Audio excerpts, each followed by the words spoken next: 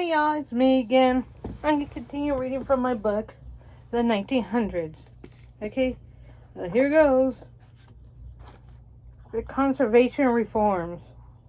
The sense of natural unity, both as essential for itself and as essential if many other purposes were to be achieved, was central to much progressive thinking. No doubt a defensive element played an important part. If action were not taken quickly, certain possibilities would be closed forever. This was a cry which rallied a larger body of support than any single reform could do, and no area was more effective than one with which Roosevelt's name is especially connected: conservation. At the end of the 19th century, men first became conscious that the natural resources of the United States were not inexhaustible, and also that there were rival demands on them. At that time, the most obvious problems were those of water and forests. As early as 1873, the American Association for the Advancement of Science had drawn attention to the squandering of forest land. In 1891, the Forest Reserve Act was passed, which authorized the president to set aside public forest land as not for sale. Some 45 million acres of land were withdrawn by Harrison, Cleveland, and McKinley.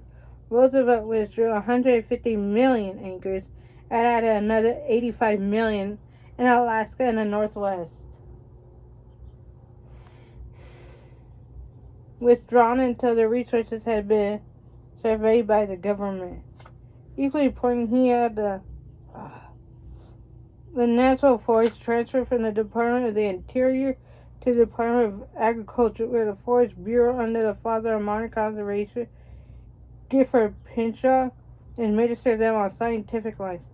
Here, as so often, Roosevelt's chief contribution was to give encouragement and publicity and effective support to men already active in the field. If public concern had not already existed, he could have done nothing, but he could and did tip the balance against exploitation and in favor of conservation. His successors were to show how the movement could flag lacking that steady support from the man at the heart of government. Water was perhaps a more tricky problem than ever. Was perhaps a more tricky problem even than forests. Much of the timberland of the country have fallen into the hands of big lumber companies. These had little concern for natural amenities, but out of concern for their own livelihood, they had some regard for planting where they failed. Lumber companies became scientific foresters out of mere self-interest. Farmers are less farsighted. By the time the conservation movement became effective, much permanent damage had been done to arid regions. It was in the West that the need for control was greatest, but the West was also the home of transient individualism. Fortunately, this was a matter where different interests worked against each other, and so a matter in which Roosevelt could intervene. For example, cattlemen who deeply distrusted government intervention to restrict the use of grazing land needed government help with their water problems. The Caroline Act of 1894 had been the first attempt to deal with the problem. It allowed states.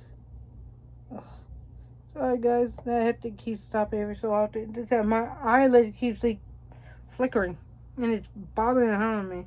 If it keeps going on by tomorrow, I'm gonna go to the ER and get it checked out, because I don't know why it's doing this. It's just, I don't know.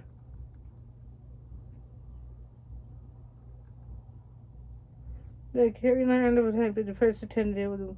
It allowed states in desert areas to sell land for purposes of reclamation and irrigation, but the act only succeeded demonstrating that this was a problem too large for private enterprise.